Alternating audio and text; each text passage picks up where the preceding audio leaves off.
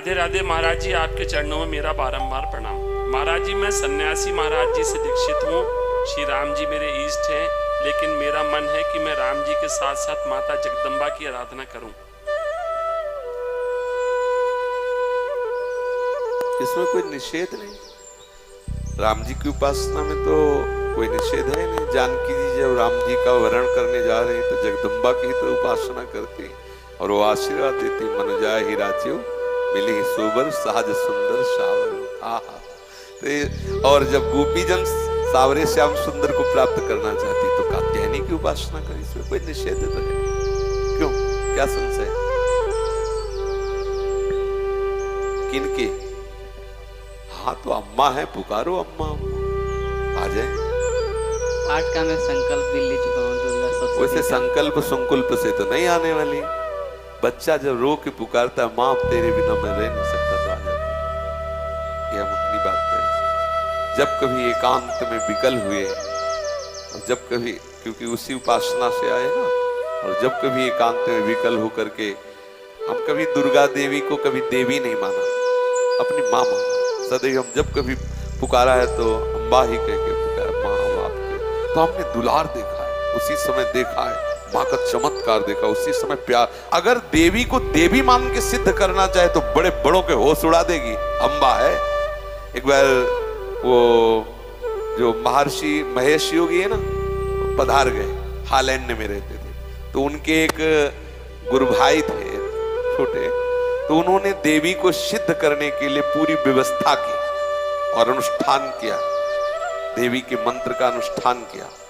मंत्र का अनुष्ठान पूर्ण होने के पहले परीक्षा होती है। एक एकांत पूरा महल, उसमें हर व्यवस्था उनकी थी।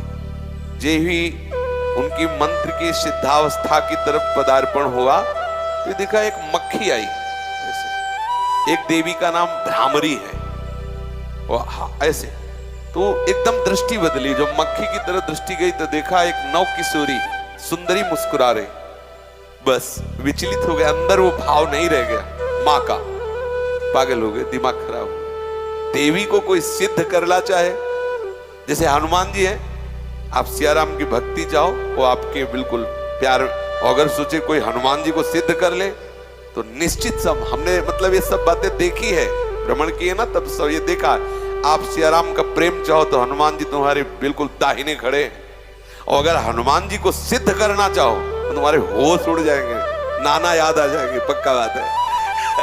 तो ऐसे ही देवी के दर्शन की लालसा हो और देवी को वात्सल्य भाव से पुकारा जाए, क्योंकि जगदम्बा है ना। निश्चित हमने ऐसे एक नहीं सैकड़ों बार ऐसे देखा है कि माँ बिल्कुल साक्षात विराजमान है और एकदम बिगड़ी बात को एक मिनट में संभाल दिया, ऐसा। तो अब हमें अभी परसों चिंतन हो रहा था कि देखो अपने अंशी के समीप भेज दिया। ये जितनी देवी शक्तियां हैं ये सब हमारी लाडली जी के अंश है। लाडली जी सबकी अंशी है, रोज प्रमाण देखो मिल रहा है। तो अपनी अंशी श्री जी के चरणों में भेज दिया। हम कहीं दूसरी जगह नहीं, जो एक धारा निकल रही थी, जहां से धारा निकली उस धारा ने वहीं पहुंचा दिया। उसका नाम राधा है, जहां से धाराएं प्रकट हुई।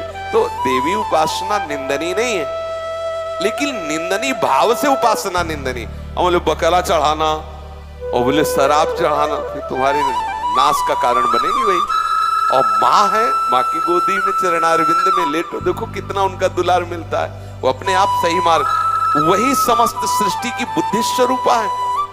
अगर वो कृपा न करे तो कोई परमार्थ में चल ही न पावे। या देवी सर्वभूतेषु बुद्धि रूपेण संस्थिता नमस्तस्यै नमस्तस्यै नमस्तस्यै नमो नमः। इसलिए आप उपासना करिए, लेकिन संकल्प करके सिद्धि रूप नहीं, माँ रूप। मेरी माँ है, मैं अपनी माँ का चिंतन कर रहा हूँ, माँ का यश गा रहा हूँ, माँ की प्रसन्नता के लिए।